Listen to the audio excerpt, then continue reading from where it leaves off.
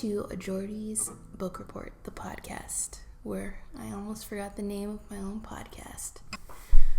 Okay, y'all notice the setup is a little different today. I had a bit of technical difficulties with my set, which is just a big canvas that looks like a sky with clouds. So I'm just using a boring backdrop, which is my regular old desk, and I'm actually really excited about this desk, but that's okay. Nerd stuff. I have my full collection of Harry Potter original hardcovers displayed. Life goals accomplished.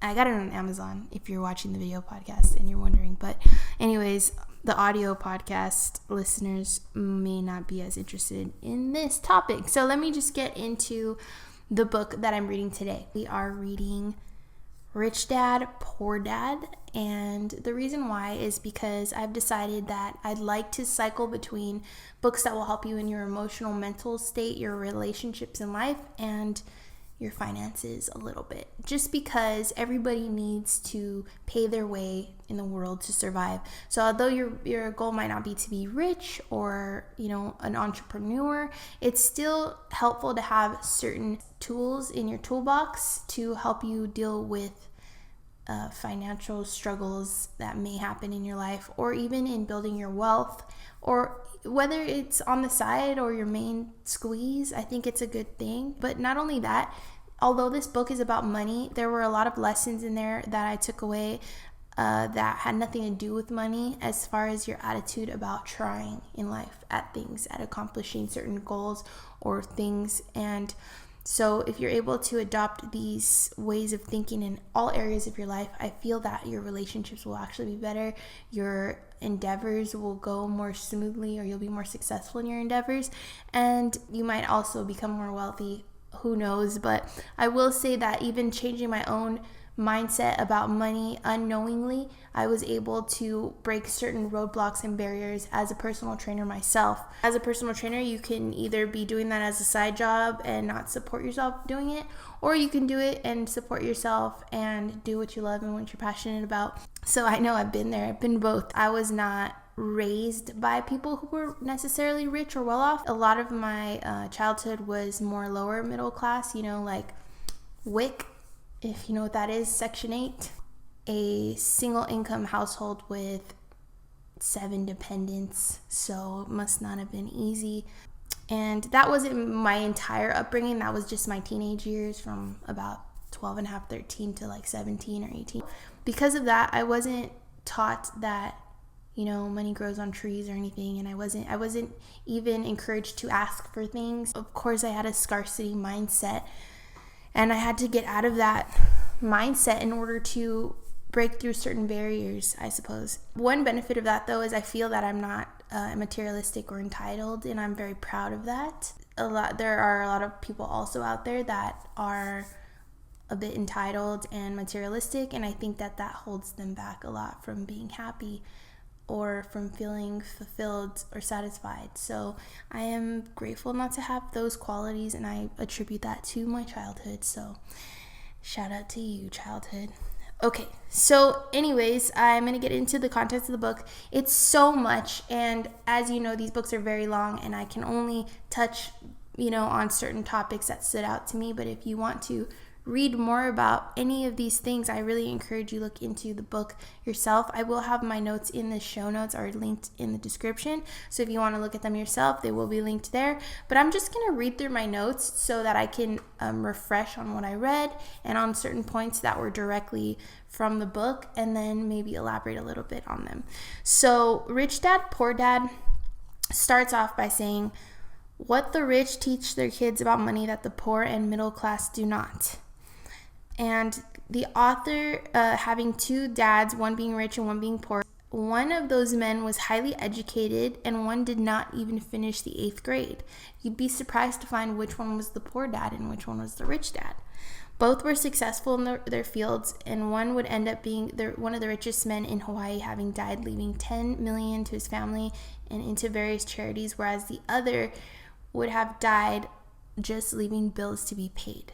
So one would say that the love of money is the root of all evil, and the other would say that the lack of money is the root of all evil.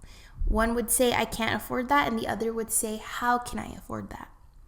So one was a statement and the other was a question. When you say as a statement, I can't do something, your mind is already made up and it's not working anymore. It's already decided that it's not a possibility and it moves on from the topic. Think about that attitude in any aspect. I can't play guitar. I can't dance. I can't, write a book. I can't. Once you say you can't do something, you don't try to do it because in your mind it's an impossibility and you don't even try. So aside from money, that's an important thing to eliminate if you can from your mindset. And when you make it a question, how can I afford that? How can I learn this thing? How can I get better at so on and so forth? Then now your mind is forced to work. So that's one first important lesson about any aspect of anything, really. Instead of having a can't do attitude, have more of a can do attitude and try to figure out how you can make something possible for yourself. I'll already say, and I can attest to this mindset, working in your favor or as far as advancing you or helping you to make things happen. For me, like when I first got my first coach in trying to learn how to become an online trainer from just being an in-person trainer, because being an in-person trainer is its own struggle, and I knew that there were people that I could help that didn't live near me and I wanted to reach them. I just didn't know how, and I didn't know how to deliver the information, and I didn't have any experience. So I wanted a coach really, really badly for a year. And her program was available that entire year. However, I didn't think I could afford it. I said, I can't afford that. I was living with a significant other and contributing there, where at the time, I'll admit, he was pulling most of the weight because I wasn't doing very well as an in-person trainer. I was advertising on Craigslist and my prices were really low and there was overhead to be paid at the gym to even train. So I wasn't doing well. And I thought, I can't do that. I can't pay for a coach. And so for a whole year, nothing in my business or life changed. Nothing in my finances changed. And I got to a point where I said, wow, it's been an entire year since I first said I really need that coach, but I can't afford it. Now I need to figure out a way to get that coach, or I might as well just give up everything I'm doing because I'm making no progress and I can't live like this. I applied for a credit card with the intention of paying it back using the money I made from online training, the online training business that did not yet exist. It didn't take anything out of my pocket immediately, but it did put me into a little bit of debt. My plan was to pay the credit card off before it started accruing interest, and I think I had about 6 months to do that. So I decided to sign up for that coach, and that wasn't my first coach, and it wasn't my last. It was a pretty hefty fee. It was about $6,000 for my first coach. It was a 90-day program, and I ended up signing up for another one that was very similar with someone else after that. But that initial investment of $6,000, that risk that I took, it ended up creating a whole 6-figure business for me, online coaching. And of course, circumstances change, and I didn't necessarily anticipate that gyms would close nationwide for a year. But at the time, I saw what was possible, and I wouldn't have known even where to go or where to start or have had the confidence to do all the things I needed to do to be able to hit that milestone had I not decided to take the risk and find a way that I could afford that coach that was going to help me move from barely making it, barely scraping by trainer to successful and able to support herself through a pandemic and an accident and a bunch of other things that happened. Just don't be afraid to try to figure out a way to do something that's hard or that's going to be risky or that's going to help you advance. Don't say you can't do something, because if you can't do it, you're stuck. If you have that mindset that you can't do it, you're stuck. The moment that you change that mindset into how can I do this, that's when you start progressing. So being that I'm even a coach where I coach people online, and most trainers will hear this too in person. I've heard this time and time again when someone approaches you and says, hi, I really need to lose weight. I really need to learn how to eat better. I really need to change what I'm doing. It's affecting my personal life. It's affecting my family. It's affecting my confidence, my happiness. And then you say, okay, my program is so-and-so hundreds amount of dollars. $200, $300, $500, whatever it is. And they say, oh, I can't afford that.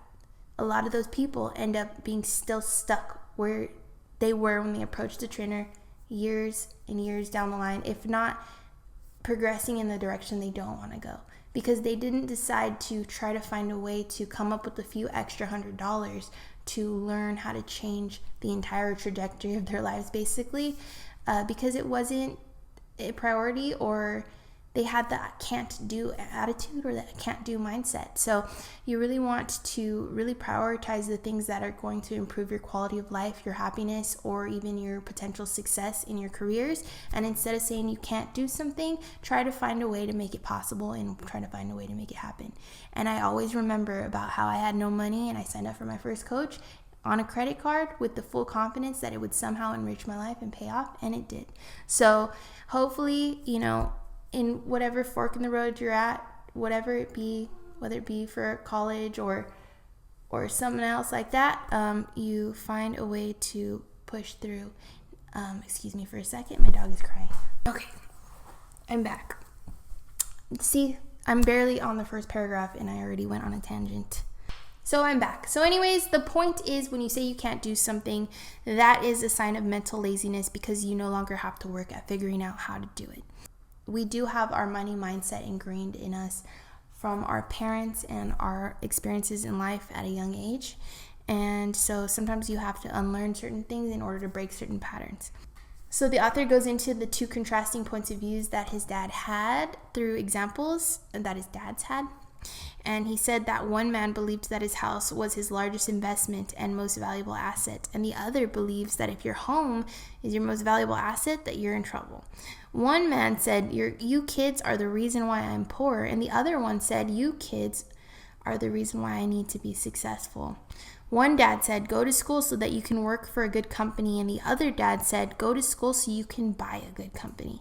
One dad said, don't ever take risks with money and always play it safe. The other dad said, learn to manage your financial risks. One dad believed that taxing the rich to support the poor was the right thing to do. The other dad believed that taxing the rich was punishing those who produce and rewarding those who do not. I can kind of see where he's coming from with that, but this isn't about my perspective, really. This is just about me reading notes that I took from the book, and you can draw your own, opinion about that. One dad taught the author how to make a resume so that he could get a good job. The other dad taught the author how to create jobs for others and himself.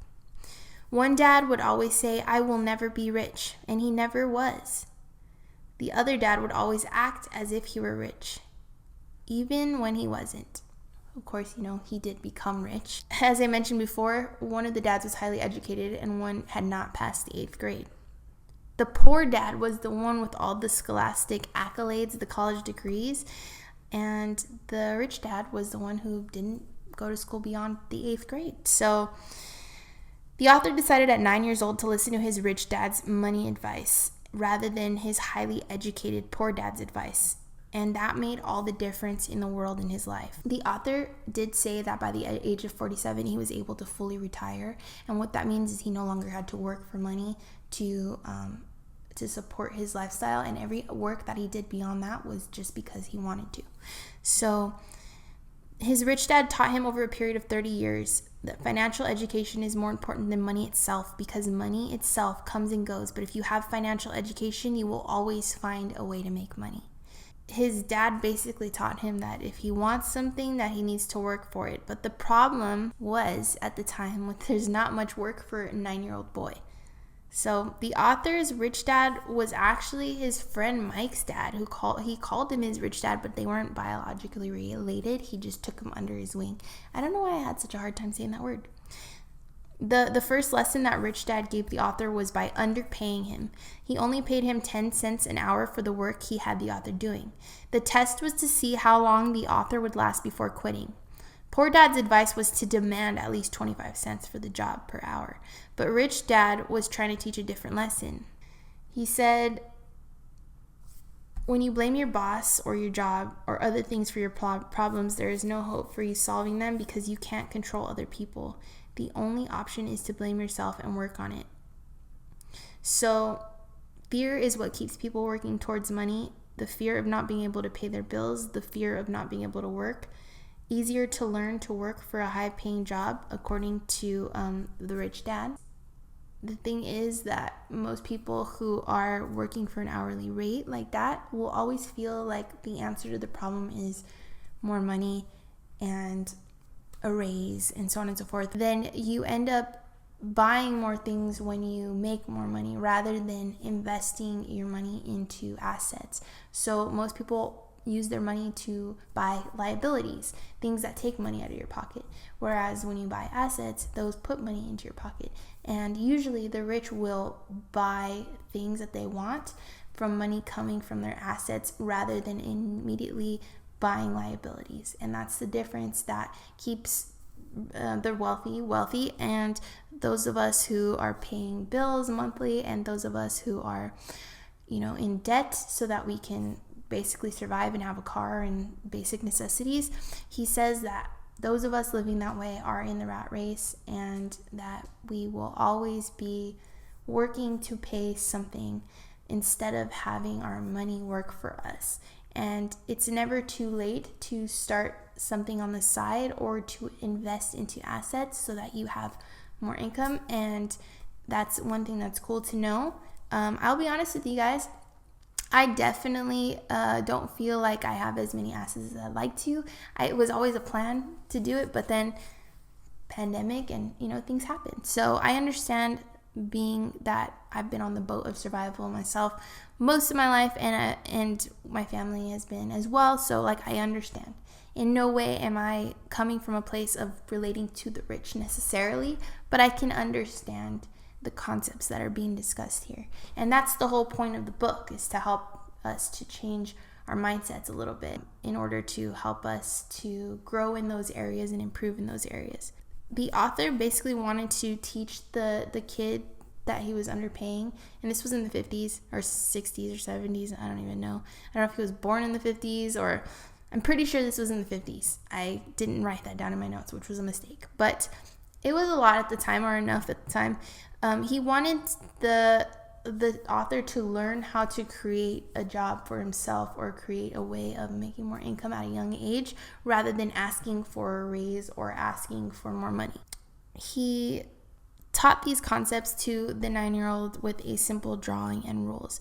And rule number 1 is you must know the difference between an asset and a liability, as I was saying, and buy assets. People do not know the difference between assets and liabilities. Why would somebody buy an asset that is actually a liability? And the answer is simple. In school, we are taught word literacy, but not financial literacy. What defines a liability and an asset are numbers, not words. So, as I mentioned before, assets put money into your pocket. Liability takes money out of your pocket. If you want to be rich, spend your life buying assets. And if you want to be poor or middle class, spend your life buying liabilities. Ouch! That's a tough pill to swallow. A lot of people do ask to make more money, and they don't realize it's how they spend their money that's causing them the need to make more money. And it's a cycle that needs to be broken, according to the author. And I don't necessarily think that that's incorrect. I mean, I agree with that. I would love to break that cycle in my own life. That'd be awesome. So he says most people believe that their home is their greatest asset, and that they get a tax break for going more into debt, basically. Rich Dad was not highly educated, but he said the smart thing to do is hire more intelligent people to work for you.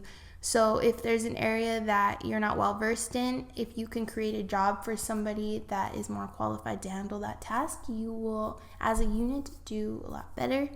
And what he says about homes, basically, and I didn't write more notes about that, is that if you're buying a home, you would like an asset to be making the payments on the home, or income from an asset, rather than just having that home take money out of your pocket, because he does recite a story of 2 individuals who paid off their home, retired, and then their property taxes went up, and they weren't able to afford their property taxes with their retirement funds. So their asset, which was their home that they owned, they actually ended up having to sell it anyways, because it would still be, it ended up being a liability for them. So when I heard that story, I was like, whoa, I don't own a home yet, But I definitely knew that I didn't want to initially invest into a home for my first purchase. That wasn't my plan for this year. Nothing went as planned this year, but it's okay. When you have the knowledge and you have the desire to learn, I believe that you can create and recreate things better and bigger. So I never really worry. I always just think, what can I do next to adapt to this change or this circumstance? The author goes into school, and I know this might be controversial. I think that if you're going to school for a specific purpose, that it's great. I think that it's your personal choice to decide how far you want to go academically. I do believe that school is very expensive, especially for those who are getting educations in things that might not necessarily yield high-paying jobs, but it does yield a high debt. So that's just my opinion about that in particular. But I don't think there's anything wrong with getting an education. I think it's great, but there's a lot of free education out there as well. And it's funny to me when people go out to get an education but don't utilize free resources as far as like learning about finances or your health or your body or what you're eating and stuff, and they spend all this money on getting, their calculus and all these other classes done, but not the things that are really going to directly affect their immediate life on a daily basis. He does say that school was designed to teach people how to be good employees, not employers, and that the lessons taught in school instill fear, not creativity. And a lot of the reason why he says that is because we are punished for doing things wrong, and it instills a fear of making mistakes. We are taught not to make mistakes, and that creates a fear of taking risks or doing anything unknown. And so I do believe that that's kind of true. But the author does get into an argument with his dad about how his home is not his greatest asset, his biological poor dad, because he showed him all of the cash flow that was coming out of it and it wasn't coming in from it. So the author believes that owning a home is better than nothing, but owning a bigger, flashier house is not an asset if it's taking money out of your pocket. So when it comes to homes, most people work their entire life to pay for something they never own. The reason for this is because most people buy a new house every few years, creating a new 30-year loan. Point number 2 is, even though people get a tax break from owning a house, they'll pay for all the extra expenses that come along with owning a house outside of their tax dollars, even after they pay off their mortgage. The greatest slices of wealth are missed opportunities a lot of times for people, because if all of your money is tied up in your house, you may be forced to work harder because all of your money is pouring into that liability. So what he's saying is, when you have the opportunity to be a little more fluid with your investments, to invest into things that could be possibly more of an asset than a liability initially, and then go into your liabilities. So it sounds like a lot, and it sounds like a lot to me. And I know for a fact that I may be kind of financially illiterate, so I'm not an expert in this field, but knowing that there is something called financial literacy is something interesting to me that I would like to learn more about. And so the author says that if a young couple were to put more money into their asset column earlier on, their later years would be easier. Would be easier. So if you start basically putting your money into assets, they do pay off down the line. If your mindset is investments. Now, right now, a lot of our mindsets is just survival, and I understand. I'm on the same boat, so I understand. We just want to eat food, have somewhere to sleep, and not totally sink into more and more debt, and I get that. But just having these thoughts in your mind might even just change your approach in other aspects of your life that might indirectly affect your wealth. So I think it's good to open your mind to those possibilities. So why the rich get richer, and we already kind of talked about this, and it does get a little bit repetitive, but there are many stories and examples in this book. But why the rich get richer is that the asset column generates more than enough to cover their expenses. Therefore, there is enough income to put back into the asset column, which continues to grow and grow over time. The philosophy that you can buy a bigger home or spend more when you get a salary raise is the mindset that keeps people from being financially free. Most of the time, we become what we study, and the mistake is that people do not mind their own business and instead work for one with their profession or chosen skill. To become financially secure, a person needs to mind their own business, meaning try to find a way to, capitalize on your skills if you can. Because a lot of times when you do work for a company, you will get the security, but you will also be undervalued or underpaid, just because that's how companies work. They're profit based and they take all the risks, so they want all the reward for the most part. That's how I see it, at least. So it's okay to have a career or a job, but you want to buy assets in order to be financially secure, because the jobs themselves will not create the security for you. And I think a lot of people learned that this year when their jobs were eliminated due to COVID, especially in the service industry and a lot of like day-to-day things that we never thought would go away. What the author considers assets is basically a business that runs itself, whether it be, people or just things. But if you have to be there, then it's no longer an asset and it's now a job. But that's okay. I mean, I know my job is a job because I do all the work myself, so I have no assets. Stocks, bonds, and income generating real estate, royalties, patents, these are all things that can generate an income on the side. I don't know much about stocks, but I have been learning. I don't have any income generating real estate yet, but it is my plan to go there in that direction. Royalties, patents could come from something creative or a creative outlet. So if you're creative and you're not into stocks and bonds, you could monetize on your creativity. So often in the real world, it's not the smart that get ahead, it's the bold. People who avoid failure also avoid success. So learn to manage risk instead of avoiding it. Without a strong reason or purpose, anything in life is hard. So remember that. If you don't have a strong purpose for what you're fighting for, or reason for why you want something, if you can't get yourself into the mindset to really frame that, you're going to have a hard time sticking with it and following through with the steps. For me, I think that, and I think for a lot of people who don't have much of a safety net or much financial, or if any, no financial support really, and are dependent solely on themselves, I believe that need to survive is very, very strong, and that's a good push to do things that are scary and take risks and be innovative, because there's no other way. It's do that or die, basically. So when you have those high stakes, then I think there's a little more pressure. I think it's harder for people who are comfortable with, and they have a lot of financial support, or they have a safety net, because the will to do that great big thing or climb that hard mountain isn't strong enough to push them through the rough times. So if you know this is you, and you can find some way to create a really deep desire or strong want for the outcome you're trying to achieve, that may be the thing that's missing for you in achieving it. So just a warning is, do not listen to frightened or poor people.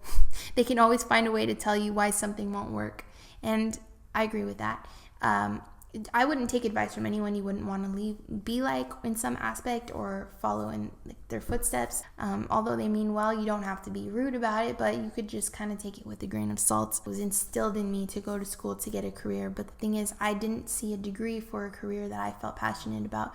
What I did feel passionate about didn't require that route to take. So initially I did start going to school, but it didn't feel right for me, and the outcome didn't make sense to me. So I didn't have the strong enough desire to stay on that course. I even went to a trade school and got a trade that I hated, and that costs a lot of money too. And that was kind of just like a diversion, or like I did it because I thought I was supposed to do that. So it wasn't until I started listening to myself and following my own talents, skills, or passions or interests that I actually became successful, at least in my opinion. And now that I've been able to break certain thresholds and like cross certain barriers, I have all the belief in the world in myself, and that's all I need to keep going. So that's just my mindset about it. One of the hardest things about building wealth is not following along with the crowd and what everyone else says to do. And I think that applies to anything, just doing things your own way.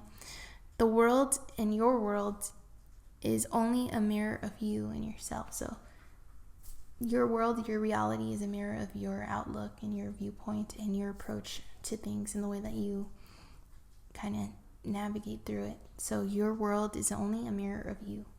If there's something about it you don't like, maybe just There are some things about yourself that are worth looking into changing. And coming firsthand from myself, I knew that to be true a decade ago, and it's been a journey trying to change it. So I'm going to wrap it up there.